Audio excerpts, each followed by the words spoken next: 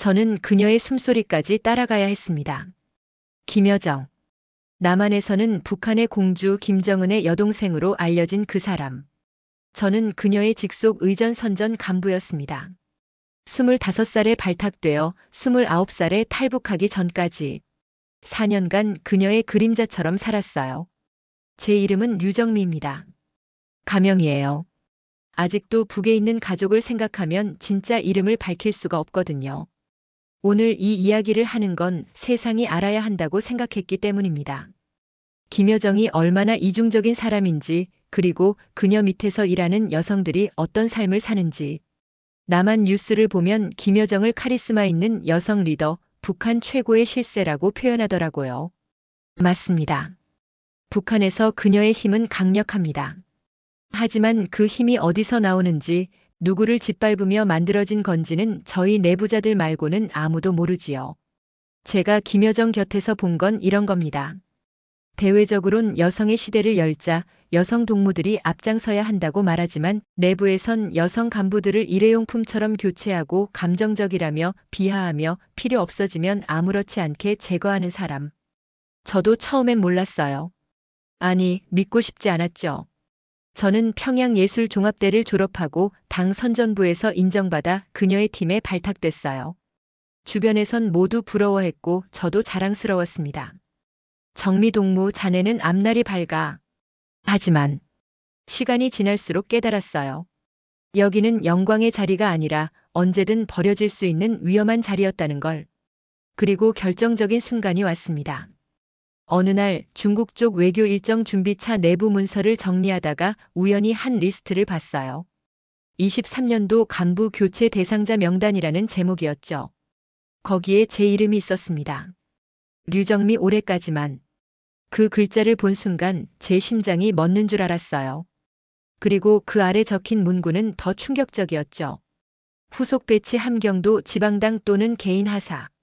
개인 하사. 그 말의 의미를 저는 알고 있었습니다. 쓸모 없어진 여성 간부를 당 고위 간부에게 선물로 주는 것. 아니면 흔적도 없이 사라지게 하는 것. 그 순간 저는 확신했습니다. 나는 여기서 도망쳐야 한다. 아니면 죽는다. 그로부터 석 달 후 저는 중국 업무 파견을 핑계로 국경을 넘었고 지금 이 자리에 서 있습니다. 오늘부터 제가 본 김여정의 진짜 모습, 그리고 제가 어떻게 탈출했는지 말씀드리겠습니다. 영상을 시청하시기 전에 좋아요와 구독 부탁드려요. 숨겨진 진실을 알리는 힘이 됩니다. 저는 평양에서 태어났습니다. 아버지는 당 선전부 말단 간부였고 어머니는 초등학교 교원이었어요. 출신 성분으로 따지면 중간 정도. 특별히 좋지도 나쁘지도 않은 집안이었죠. 하지만 저는 어릴 때부터 성적이 좋았어요. 특히 글쓰기와 연설을 잘했죠. 중학교 때 전국 웅변 대회에서 1등을 했고 고등학교 때는 김일성 주석님 생신 경축시 낭독을 맡기도 했습니다. 선생님들은 저를 미래의 선전 일꾼이라고 칭찬했어요. 그 말을 들을 때마다 뿌듯했습니다. 조국을 위해 일할 수 있다는 게 자랑스러웠거든요. 대학은 평양예술종합대학 문학부에 입학했습니다. 거기서 선전기획, 방송 대본 작성, 언론 보도 기법 같은 걸 배웠어요. 졸업 후엔 당연히 조선중앙방송에 배치될 거라 생각했죠. 그런데 졸업을 한 달 앞둔 어느 날 학부장이 저를 따로 불렀습니다. 류정미 동무 자네한테 특별한 기회가 왔네. 무슨 기회입니까? 당 중앙선전부에서 자네를 지명했어. 여성 간부 육성 프로그램이라고 하더군. 그 말을 듣는 순간 제 인생이 열리는 느낌이었어요. 당 중앙이라니. 평양에서도 최고 엘리트만 갈 수 있는 곳이잖아요. 정말입니까? 그래. 근데 조건이 하나 있어. 앞으로 3년간은 결혼도 연애도 금지야. 오직 업무에만 집중해야 해. 저는 주저없이 대답했습니다. 괜찮습니다. 저는 조국을 위해 일하고 싶습니다. 그렇게 저는 25살에 당 중앙선전부 여성간부팀에 배치됐습니다. 첫 6개월은 교육기간이었어요. 매일 아침 6시에 기상해서 사상학습, 체력 단련, 외국어 교육까지 받았죠. 중국어와 러시아어를 집중적으로 배웠고 국제 예절과 의전 실무도 익혔습니다. 가장 힘들었던 건 표정 관리 훈련이었어요. 교관이 말했습니다. 간부 동무는 언제나 침착하고 단정해야 합니다. 놀라도 표정에 내지 말고 화나도 목소리를 높이지 마십시오. 여러분은 당을 대표하는 얼굴입니다. 우리는 거울 앞에서 매일 1시간씩 표정 연습을 했어요. 웃는 각도, 고개 끄덕이는 속도, 심지어 눈 깜빡이는 횟수까지 정해져 있었죠. 처음엔 이상했지만 점차 익숙해졌습니다. 그리고 6개월 후 드디어 실무 배치를 받았어요. 배치 명령서를 받는 날 팀장이 저를 불렀습니다. 정미동무 축하하네. 자네가 김여정 동지 직속 의전팀에 선발됐어. 그 순간 숨이 멎는 줄 알았습니다. 김여정. 조선에서 김정은 원수님 다음으로 권력이 있는 분. 그분의 팀에 제가 배치된 거예요. 정말. 정말입니까? 그래. 근데 명심해. 거기는 아무나 가는 곳이 아니야. 한 번 실수하면 바로 교체돼. 조심 또 조심해. 저는 고개를 끄덕였습니다. 두려움보다는 기대가 컸어요. 드디어 나도 조선의 핵심에서 일하게 되는구나. 이틀 후 저는 평양 중심부의 한 건물로 출근했습니다. 입구부터 보안 검색이 3중으로 돼 있었고 신분증만으로는 들어갈 수 없었어요. 지문 인식, 얼굴 스캔, 그리고 담당자 확인까지 받아야 했죠. 엘리베이터를 타고 10층으로 올라가니 복도가 조용했어요. 사람들은 모두 빠른 걸음으로 움직였고 아무도 말을 하지 않았습니다. 한 여성 간부가 저를 안내했습니다. 여긴 김여정 동지 직속 선전의전팀이야. 자네 자리는 여기고 업무 매뉴얼은 책상 위에 있어. 숙지하고 내일 아침 8시까지 암기해와. 매뉴얼은 100페이지가 넘었어요. 김여정 동지의 일정 관리 방법, 회의 준비 체크리스트, 발언문 작성 지침, 심지어 차 온도까지 세세하게 적혀 있었죠. 그날 밤 저는 거의 잠을 자지 못했습니다. 매뉴얼을 외우고 또 외웠어요. 다음 날 아침 드디어 김여정 동지를 처음 봤습니다. 그녀는 검은색 정장을 입고 복도를 걸어왔어요. 표정은 차갑고 걸음은 빨랐습니다. 주변 간부들은 모두 고개를 숙였고 저도 허리를 구부렸죠. 그녀가 제 앞을 지나가며 말했습니다. 새로운 동무지? 예, 류정미입니다. 앞으로 잘해봐. 여기선 실수가 용납 안 돼. 그리고 그녀는 그냥 지나갔어요. 그 짧은 만남이 제 4년간의 지옥 같은 생활의 시작이었습니다. 첫 한 달은 그저 관찰이었습니다. 김여정 동지의 일정을 따라다니며 메모하고 회의록을 정리하고 발언문 초안을 검토하는 일. 직접 대면하는 일은 거의 없었어요. 하지만 석 달쯤 지나자 상황이 달라졌습니다. 어느 날 아침 팀장이 저를 불렀습니다. 정미 동무, 오늘부터 여정 동지 측근 수행 업무를 맡게 됐네. 측근 수행이요? 그래. 동지께서 움직이시는 곳이면 어디든 따라가야 해. 회의든 시찰이든 심지어 개인 일정까지. 자네가 동지의 그림자야. 그날부터 제 삶은 완전히 바뀌었습니다. 아침 6시에 출근해서 김여정 동지의 차량이 도착하기 전에 모든 준비를 마쳐야 했어요. 그녀가 마시는 차 온도는 75도, 생수는 미지근한 것으로 그날 일정표는 그녀가 한눈에 알아볼 수 있도록 A4 용지에 14포인트 글씨로 출력. 하나라도 틀리면 바로 지적받았죠. 정미 동무, 오늘 물이 너무 차갑네. 죄송합니다. 다음부턴 확실히 해. 저는 매일 떨면서 일했습니다. 그녀는 사소한 것도 놓치지 않았거든요. 한 번은 회의 자료를 준비하다가 페이지 번호를 하나 빠뜨린 적이 있어요. 그녀는 회의 중에 그걸 발견하고 차갑게 말했습니다. 정미 동무, 회의 끝나고 남아. 회의가 끝나고 저는 그녀 앞에 섰습니다. 다른 간부들은 모두 나갔고 방엔 우리 둘뿐이었어요. 자네, 이 일이 쉽다고 생각하나? 아닙니다. 그럼 왜 이런 실수를 해? 페이지 번호 하나 때문에 회의 흐름이 끊겼잖아. 죄송합니다. 다시는 이런 일 없도록 하겠습니다. 그녀는 한참을 저를 바라보더니 말했습니다. 자네 전임자 알지? 네. 그 동무도 처음엔 잘했어. 근데 석 달쯤 지나니까 실수가 잦아지더라고. 결국 교체했지. 지금 어디 있는지 아나? 저는 고개를 저었습니다. 나도 몰라. 어디 갔는지 궁금하지도 않고 그 말의 의미를 저는 정확히 이해했습니다. 너도 실수하면 그렇게 된다는 경고였죠. 그날 이후 저는 미친 듯이 일했습니다. 매뉴얼을 다시 외우고 체크리스트를 3번씩 확인했어요. 잠은 하루 4시간도 못 잤지만 실수할 수는 없었거든요. 그렇게 1년쯤 지나자 김여정 동지가 저를 조금씩 신뢰하기 시작했습니다. 정미 동무 요즘 일 잘하네. 감사합니다. 오늘 저녁에 비공식 회의가 있어. 자네도 배석해. 비공식 회의. 그건 공식 기록에 남지 않는 핵심 간부들만 참석하는 자리였어요. 제가 그 자리에 들어간다는 건 신뢰받고 있다는 증거였죠. 저녁 8시 저는 김여정 동지를 따라 평양 외곽의 한 별장으로 갔습니다. 거기엔 당 간부 5명이 모여 있었어요. 회의 내용은 충격적이었습니다. 그들은 남한 정세, 대미 협상, 그리고 내부 숙청 대상자 명단까지 논의했어요. 특정 간부의 이름이 거론되면 김여정 동지가 짧게 판단을 내렸죠. 그 동무는 쓸모 없어졌어. 정리하시오. 알겠습니다. 그렇게 간단히 한 사람의 운명이 결정됐습니다. 저는 옆에서 회의록을 정리하면서 온몸이 얼어붙는 느낌이었어요. 이게 권력의 민낯이구나. 회의가 끝나고 돌아오는 차 안에서 김여정 동지가 제게 물었습니다. 오늘 보고 들은 것들에 느낀 게 많을 거야, 동무. 당연합니다. 좋아. 자네 앞으로도 이런 자리에 자주 불러줄 테니 명심해. 여기서 본 건 무덤까지 가져가야 해. 저는 고개를 끄덕였습니다. 하지만 속으로는 두려웠어요. 나는 지금 너무 많은 걸 알게 됐다. 이게 괜찮은 걸까? 그로부터 6개월 후 저는 팀장으로 승진했습니다. 28살의 김여정 직속 의전팀 팀장. 주변에선 모두 부러워했죠.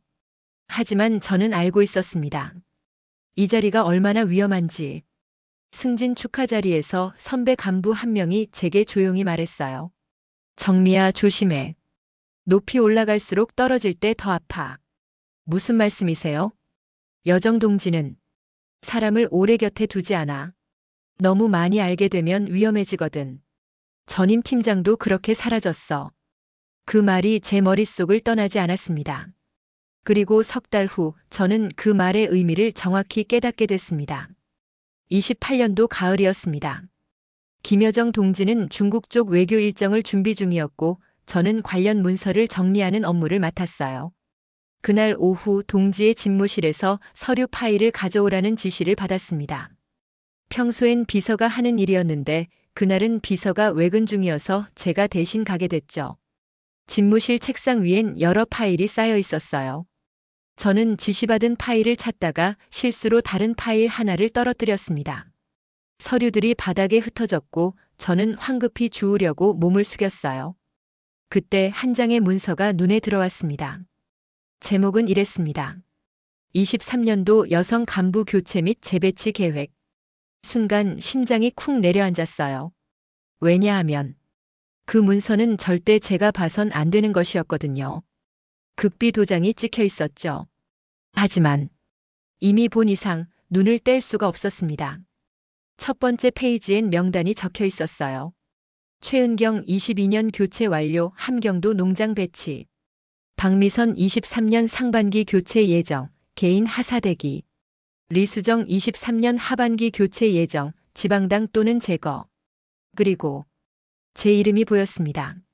류정미 23년 말 교체 예정 후속 배치 미정. 손이 떨렸습니다. 문서를 계속 읽었어요. 두 번째 페이지엔 더 자세한 내용이 적혀 있었습니다. 여성 간부 평균 근속 기간 3년. 이유 정보 과다 노출, 충성도 저하 위험, 외부 유출 가능성. 조치 정기적 교체를 통한 보안 유지. 교체 후 처리 지방 배치, 개인 하사 또는 영구 격리. 영구 격리. 그 단어가 무엇을 의미하는지 저는 알고 있었습니다. 더 아래로 내려가니 구체적인 사례들이 적혀 있었어요. 사례 1 최은경. 근무기간 3년 4개월. 교체 사유 과도한 업무 스트레스로 인한 실수 증가. 처리 함경북도 농장 노동 재배치. 현황 연락 두절. 사례 2 박미선. 근무기간 2년 8개월.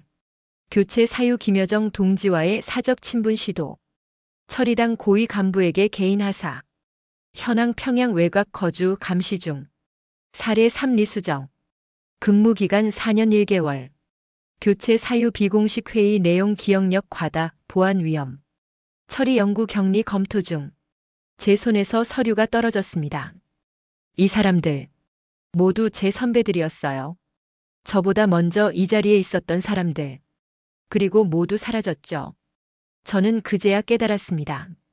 우리는 처음부터 버려질 사람들이었다는 걸. 김여정 동지는 여성 간부를 키우는 게 아니라 일정 기간 쓰고 버리는 거였어요. 너무 많이 알게 되면 위험하니까 3년쯤 지나면 교체하는 거죠. 그리고 저는 이미 3년 8개월째였습니다. 그 순간 문 밖에서 발소리가 들렸습니다. 저는 황급히 서류를 주워 파일에 넣고 원래 찾던 문서를 들고 밖으로 나왔어요. 복도에서 비서와 마주쳤습니다. 정미동무 뭐하고 있었어? 아, 파일 가지러 왔었어요. 그래. 빨리 가져다 줘. 저는 고개를 끄덕이고 사무실로 돌아왔습니다. 하지만 손은 계속 떨렸고 심장은 터질 것처럼 뛰었어요. 그날 밤 집에 돌아와서도 잠을 이룰 수 없었습니다. 나는 이제 어떻게 되는 거지? 올해 말이면 나도 사라지는 건가? 다음 날 아침 출근하는 길이 무서웠어요. 혹시 누가 제가 그 문서를 본 걸 알게 된 건 아닐까? 혹시 이미 결정이 내려진 건 아닐까? 하지만 평소처럼 업무는 계속됐습니다. 김여정 동지는 아무것도 모르는 듯 저에게 지시했고 저는 기계처럼 움직였어요. 일주일 후 팀 회의가 있었습니다. 김여정 동지가 직접 참석한 자리였어요. 회의 말미에 그녀가 말했습니다. 내년에 우리 팀 구조 조정이 있을 거야. 몇몇 동무는 새로운 자리로 옮기게 될 거고. 그 말을 듣는 순간 제 등줄기로 식은땀이 흘렀습니다. 회의가 끝나고 김여정 동지가 저를 불렀습니다. 정미동무 잠깐. 네. 자네 여기서 일한 지 몇 년 됐지? 3년 8개월입니다. 그래. 참 오래 일했네. 수고 많았어. 수고 많았어. 과거형이었습니다. 그녀는 미소를 지으며 말했습니다. 내년엔 새로운 기회가 있을 거야. 기대해도 좋아. 하지만 그 미소는 차갑게 느껴졌어요. 저는 그날 확신했습니다.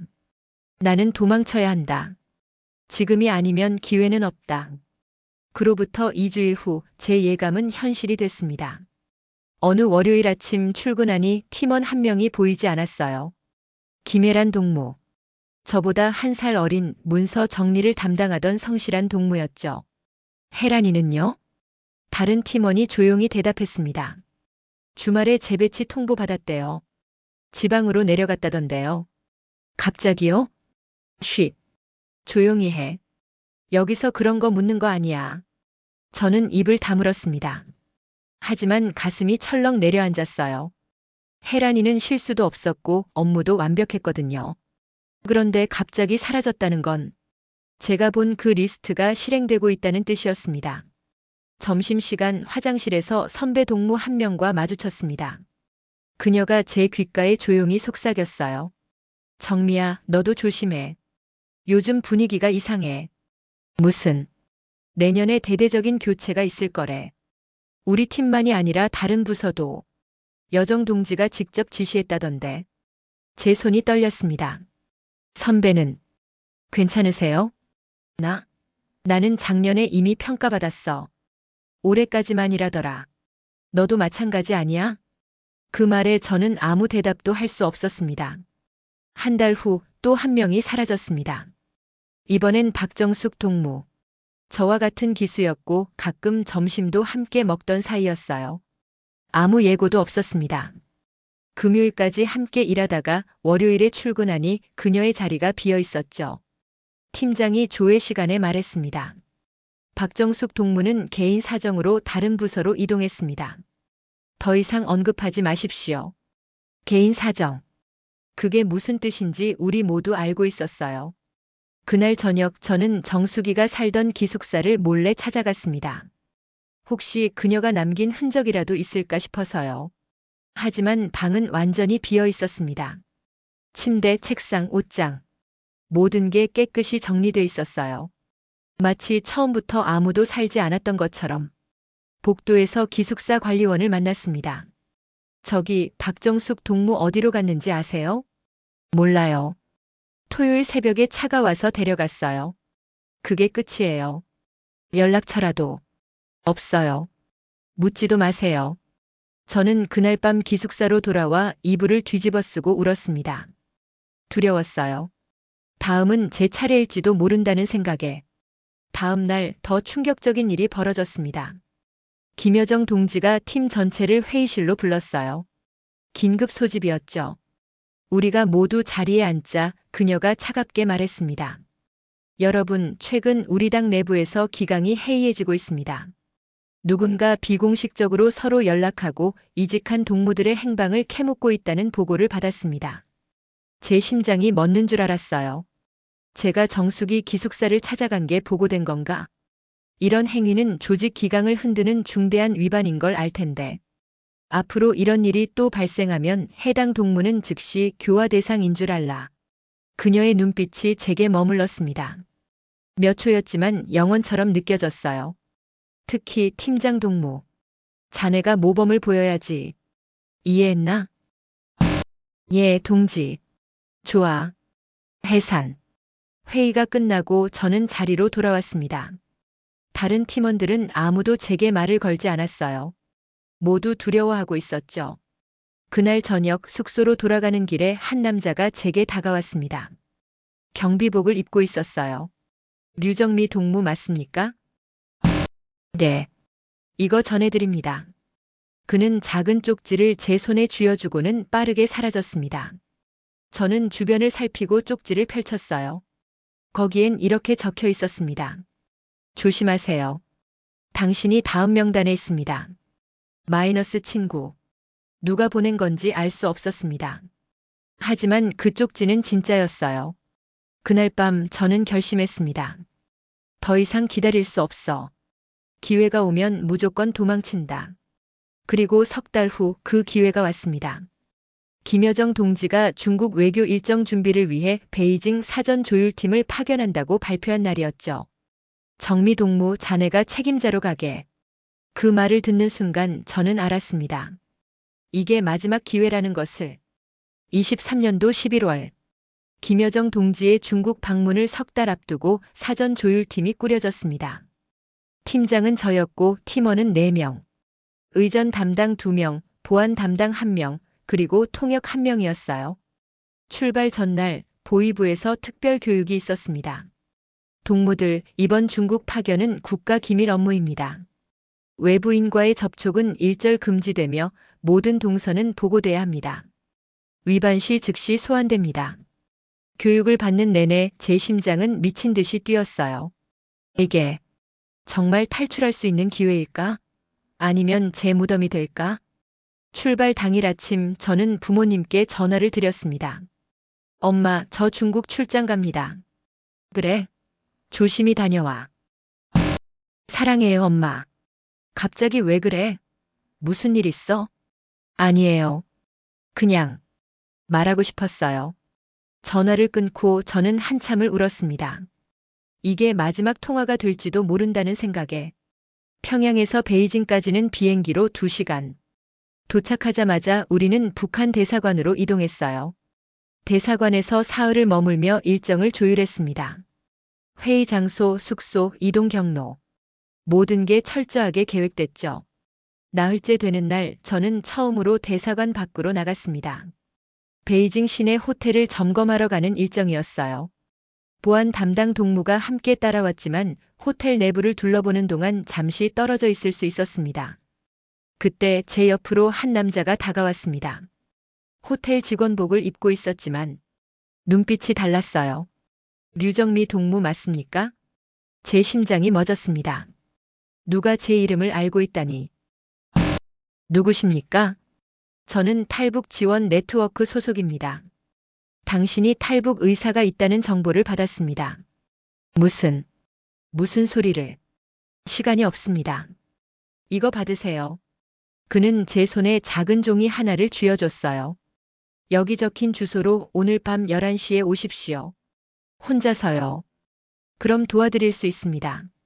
저는 선택은 당신 몫입니다. 하지만 기회는 지금뿐입니다. 그는 그 말을 남기고 사라졌습니다. 저는 떨리는 손으로 종이를 주머니에 넣었어요. 보안 담당 동무가 돌아오기 전에 서둘러 표정을 정리했죠. 대사관으로 돌아오는 차 안에서 저는 계속 고민했습니다. 진짜 가야 할까? 이게 함정이면 어떡하지? 하지만 안 가면 평양으로 돌아가서 사라지는 거잖아. 그날 밤 저는 잠을 이룰 수 없었습니다. 10시가 됐을 때 저는 결심했습니다. 가자. 죽어도 여기서 죽는 게 낫다. 10시 30분 저는 조용히 숙소 문을 열었습니다. 복도는 조용했고 경비는 1층 입구에만 있었어요. 비상계단을 통해 뒷문으로 빠져나갔습니다. 심장이 터질 것 같았지만 멈출 수 없었어요. 택시를 잡아타고 종이에 적힌 주소를 보여줬습니다. 기사는 고개를 끄덕이고 출발했죠. 30분쯤 달려 베이징 외곽의 한적한 주택가에 도착했습니다. 낡은 2층 건물 앞에서 차를 내렸고 문 앞에 섰을 때 한 여성이 문을 열었어요. 류정미 씨 맞죠? 네. 들어오세요. 안전합니다. 안으로 들어가니 작은 거실에 남자 3명이 앉아 있었습니다. 그중 한 명이 일어나 제게 인사했어요. 처음 뵙겠습니다. 저희는 탈북자 지원단체입니다. 당신을 한국으로 보내드릴 수 있습니다. 어떻게 제가 탈북하고 싶다는 걸. 당신 같은 고위 간부들은 내부에서도 지켜보는 사람들이 있습니다. 당신이 위험하다는 정보를 받았고 도울 준비를 했습니다. 지금 당장 갈 수 있나요? 아니요. 준비가 필요합니다. 이틀 후 당신을 몽골 국경으로 이동시킬 겁니다. 거기서 제3국을 경유해 한국으로 갈 수 있어요. 이틀. 그 사이에 제가 발각되면요? 최대한 정상적으로 행동하세요. 내일은 평소처럼 업무를 보시고 모레 저녁에 다시 이곳으로 오십시오. 저는 고개를 끄덕였습니다. 하지만 불안했어요. 다음 날 대사관으로 돌아가는 길에 문득 생각했습니다. 만약 실패하면 부모님은 어떻게 되는 걸까? 하지만 돌이킬 수 없었습니다. 이미 선택한 길이었으니까요. 이틀 후 저녁 저는 다시 그 집으로 향했습니다. 하지만 대사관을 나서는 순간 누군가 제 뒤를 따라오는 게 느껴졌어요. 돌아보니 보안 담당 동무가 서 있었습니다. 정미 동무 어디 가십니까? 제 온몸이 얼어붙었습니다. 정미 동무 어디 가십니까? 보안 담당 리명철 동무가 제 앞을 막아섰습니다. 그의 눈빛은 차갑고 의심으로 가득했어요. 아, 저는 그냥 산책을. 밤 11시에 산책을요? 이틀 전에도 나가셨죠? CCTV에 다 찍혔습니다. 제 머릿속이 하얘졌습니다. 들켰다. 모든 게 끝났다. 보위부에 보고하겠습니다. 따라오시죠. 그 순간 어디선가 한 남자가 나타났습니다. 호텔에서 봤던 그 사람이었어요. 잠깐만요. 리명철이 그를 노려봤습니다. 당신은 누구요? 저는 이분을 도우러 온 사람입니다. 뭐? 그 순간 그 남자가 리명철을 향해 달려들었습니다. 둘이 몸싸움을 벌이는 사이 다른 남자 한 명이 제 손을 잡았어요. 빨리 오세요. 저는 본능적으로 그를 따라 뛰었습니다. 뒤에서 리명철의 고함이 들렸어요. 도망가면 가족까지 다 끝이야. 그 말에 발이 멈칫했지만 남자가 제 손을 더 세게 잡아당겼습니다. 멈추면 진짜 끝입니다. 계속 뛰세요. 우리는 골목을 빠져나가 대기 중이던 차에 올라탔어요. 차는 즉시 출발했고 저는 뒷좌석에서 숨을 헐떡였죠. 리명철은요? 우리 사람이 붙잡고 있을 겁니다. 하지만 오래 못 버텨요. 10분 안에 대사관에서 사람들이 나올 겁니다. 운전기사가 급히 말했습니다. 지금 몽골 국경으로 직행합니다. 6시간 걸립니다. 6시간이나요? 다른 방법이 없어요. 공항은 이미 봉쇄됐을 겁니다. 차는 베이징 외곽을 벗어나 고속도로로 진입했습니다. 창밖은 어두웠고 가로등만 빠르게 지나갔어요. 1시간쯤 달렸을 때 뒤에서 차 한 대가 따라오는 게 보였습니다. 뒤에 차가 운전기사가 백미러를 확인하더니 욕을 내뱉었습니다. 북한 대사관 차량입니다. 속도 올립니다. 차가 급가속했고 저는 손잡이를 꽉 잡았어요. 뒤따라오던 차도 속도를 올렸죠. 옆에 앉아있던 남자가 제게 말했습니다. 제 이름은 최진혁입니다. 탈북 지원 네트워크에서 일하고 있어요. 감사합니다. 아직 안전하지 않아요. 저들이 국경까지 쫓아올 겁니다. 차는 계속 달렸고 뒤따라오는 차와의 거리는 좁혀지지 않았어요. 3시간쯤 지났을 때 앞에 검문소가 보였습니다. 중국 공안이었어요. 어떡하죠? 계속 가야 합니다. 멈추면 끝이에요. 차는 검문소를 그냥 통과하려 했지만 공안이 손을 들어 정지 신호를 보냈습니다. 운전기사가 고민하는 사이 최진혁이 말했습니다. 제가 내릴게요. 뭐라고요? 제가 시간을 벌 테니 그 사이에 가세요. 하지만 논쟁할 시간 없어요. 최진혁은 차에서 내려 공안에게 다가갔습니다. 무언가 설명하는 듯 했고 공안의 시선이 그에게 집중됐죠. 그 순간 운전기사가 차를 급발진시켰습니다. 지금이야. 차는 검문소를 빠져나가 다시 도로로 진입했어요. 백미러로 보니 최진혁이 공안에게 둘러싸여 있었습니다. 그 사람은요? 그 사람은 자기 몫을 다한 겁니다. 저는 뒤를 돌아봤지만 이미 검문소는 멀어지고 있었어요. 2시간을 더 달려 드디어 몽골 국경이 보였습니다. 저기입니다. 국경 철책 근처에 차를 세웠고 우리는 내렸어요. 어둠 속에서 철책 아래 작은 구멍이 보였습니다. 여기로 기어가세요. 저쪽이 몽골입니다. 저는 망설였습니다. 이걸 넘으면 진짜로 돌이킬 수 없는 거잖아요. 빨리요. 북한 차량이 다시 오고 있어요. 저는 고개를 끄덕이고 철책 밑으로 기어 들어갔습니다. 옷이 찢어지고 손에 상처가 났지만 계속 기어갔어요. 그리고 철책을 완전히 빠져나온 순간 저는 몽골 땅을 밟았습니다. 뒤에서 차 소리가 들렸고 고함 소리도 들렸지만 이미 늦었어요. 저는 그 자리에 주저앉아 울었습니다. 최진혁의 얼굴이 떠올랐어요. 그는 저를 살리기 위해 자신을 희생했습니다. 미안해요. 정말 미안해요. 몽골 쪽에서 또 다른 차량이 와서 저를 태웠고 저는 울란바토르로 이동했습니다. 거기서 사흘을 숨어 지낸 후 대한민국 대사관으로 인계됐어요. 대사관 직원이 말했습니다. 류정미 씨, 이제 안전합니다. 한국으로 가실 수 있습니다. 그 말을 듣는 순간 저는 정말로 살았다는 걸 실감했습니다. 하지만 동시에 죄책감이 밀려왔어요. 최진혁은 어떻게 됐을까? 부모님은 괜찮을까? 리명철은 어떤 처벌을 받았을까? 그 모든 생각이 저를 짓눌렀습니다. 인천공항에 도착한 건 23년도 12월이었습니다. 비행기에서 내려 입국장을 통과할 때 제 다리는 떨리고 있었어요. 북한 요원이 갑자기 나타나는 건 아닐까, 이게 꿈은 아닐까 하는 생각이 계속 들었죠. 하지만 입국 심사대를 통과하고 국정원 직원이 제게 다가와 말했을 때 비로소 실감했습니다. 류정미 씨, 대한민국에 오신 걸 환영합니다. 그 순간 저는 그 자리에서 무너져 내렸습니다.